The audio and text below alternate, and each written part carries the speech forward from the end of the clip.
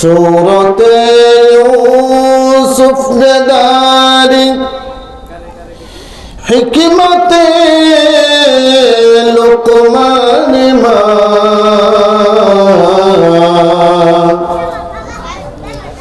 সূরতে ইউসুফ দারি হিকমতে লুকমান মা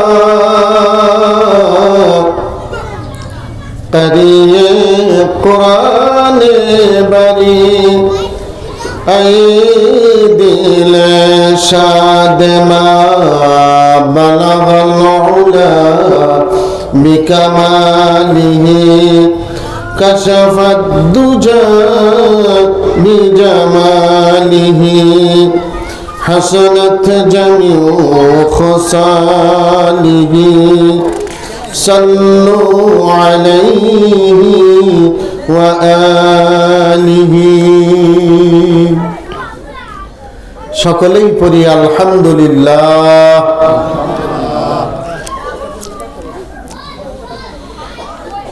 জামিলাতুন নূর আইডিয়াল হাফিজিয়া মাদ্রাসার উদ্যোগে দ্বিতীয় তাফসিরুল কোরআন মাহফিলের সম্মানিত সভাপতি,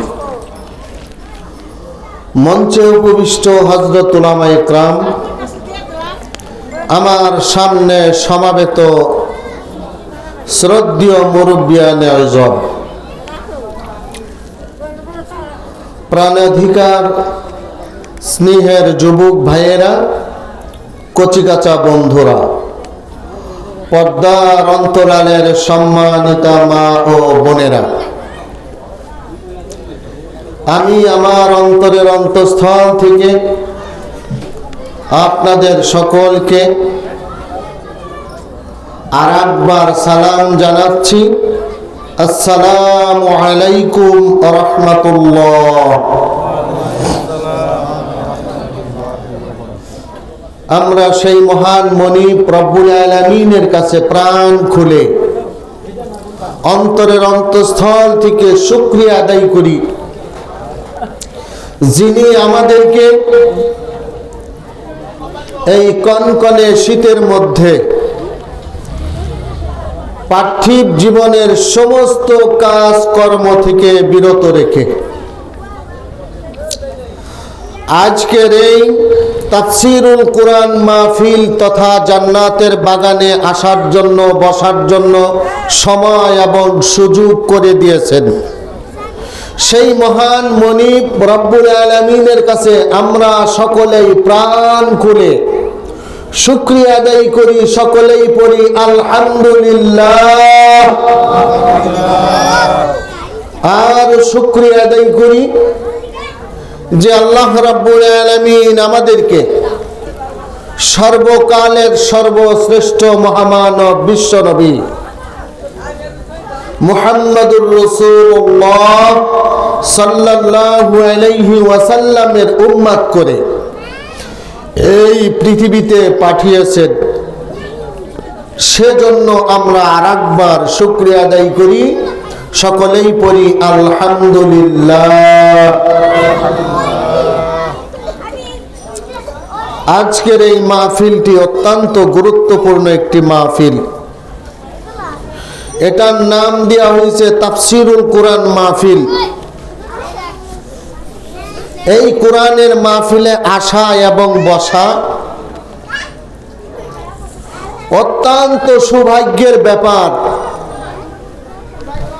কেননা আল্লাহর নবী বলেছেন, যারা কোরআনের মাহফিলে যায় তারা আল্লাহর মেহমান হয়ে যায়। যতক্ষণ পর্যন্ত আল্লাহর কোরআন শোনার জন্য, আমল করার নিয়তে আমরা বসে থাকব, ততক্ষণ পর্যন্ত বৃষ্টির ন্যায় আমাদের উপরে আল্লাহর রহমত বর্ষিত হতে থাকবে। জোরে পড়ে আলহামদুলিল্লাহ। আল্লাহর নবী বলেন,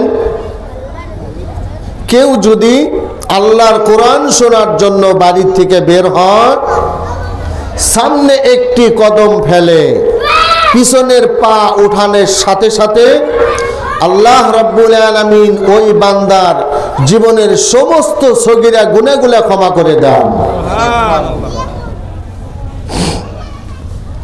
শুধু তাই নয়,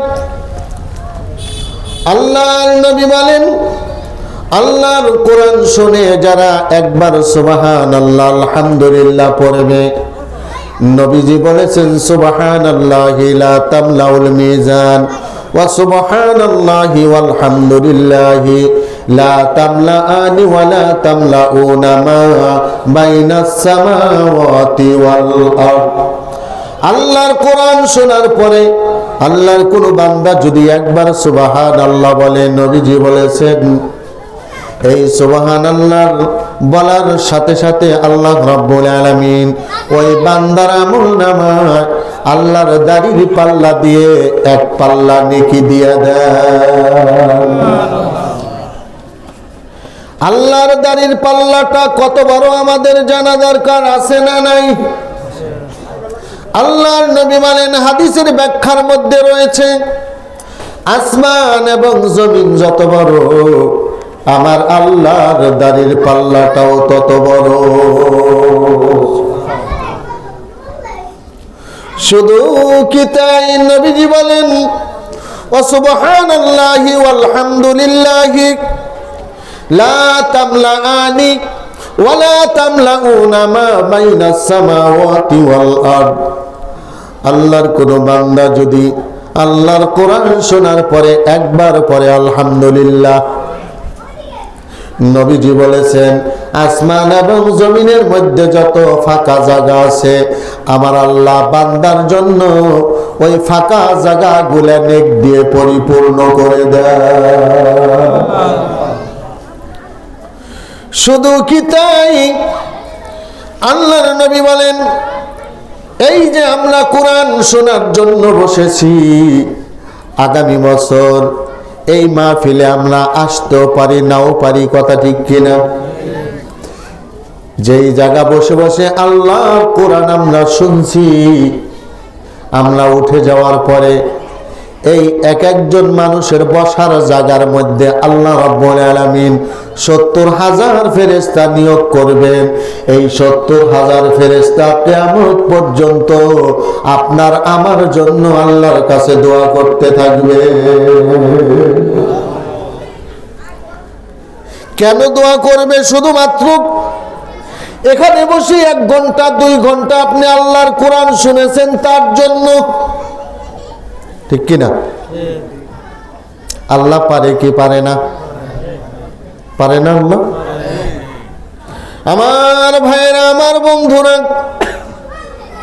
আল্লাহ রাব্বুল আলামিন এই যে আল্লাহর প্রশংসা সুবহানাল্লাহ আলহামদুলিল্লাহ আমরা করলাম, আল্লাহ যদি বান্দার একটি ডাক পছন্দ করেন, কবুল করেন, একটা ডাকের বিনিময়ে আল্লাহ বান্দার জীবনের সমস্ত গুনাহ ক্ষমা করে দিতে পারে কি পারে না? কি বলেন, পারে কি পারে না? যেমন একটি উদাহরণ আমি আপনাদের সামনে উপস্থাপন করতে চাই।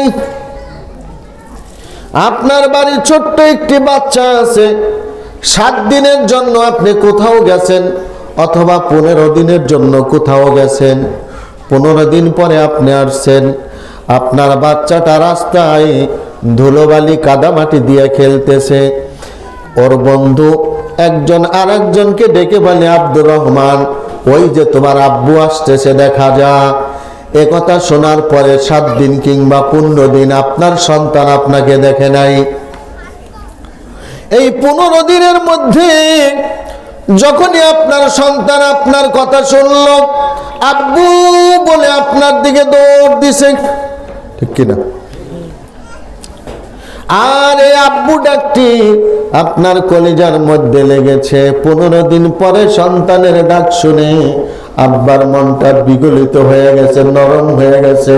সন্তানের মুখে আব্বু ডাক যে কত ভালো লাগে, পিতা ছাড়া বোঝানোর কোনো উপায় নাই, ঠিক কিনা? এবার আব্বা নতুন কাপড় চোপড় সুন্দর পোশাক পরিধান করে শহর থেকে ফিরছে। সন্তানের শরীরের মধ্যে ধুলাবালি কাদামাটি। ওই যে পিতা আব্বু ডাক শুনছে, আর কি ওই ধুলোবালি কাদা মাটার দিকে তাকানের পিতার সময় আছে? জোরে বলুন তো দেখি। এবার রিকশায় থেকে নেমে সন্তানের দিকে হাত বাড়িয়ে দিছে আর বলতেছে, বাবা আয় আয় আমার বুকে আয়। কাদা মাটি সহ সন্তানকে বুকের মধ্যে জড়ায়। পিতা এই মুখে একবার চুমো দেয়, কপালের মধ্যে একবার চুমো দেয়, এই গালে একবার চুমো দেয়। আমার আল্লাহ বলে, বান্দা মাত্র 15 দিন পরে একটা ডাকের বিনিময়ে তোর সন্তানের শরীরে কত কাদামাটি, একটা ডাক শুনে কাদামাটির দিকে বুরুক্ষেপ করলি না। তেমনি করে আমি আল্লাহকে যদি অন্তরের অন্তঃস্থল থেকে আল্লাহ বলে একটা ডাক বান্দা দিতে পারস, আমি আল্লাহ তোদের গুনাহের দিকে তাকাই না রে বান্দা, তোদের দিকে কুদরতে হাত আমি বাড়িয়ে দেই আর বলে, বান্দা আয় আয় আমি রবের কোলে আয়, আমি আল্লাহ তোদের জীবনের সমস্ত গুনাহ ক্ষমা করে দিলাম।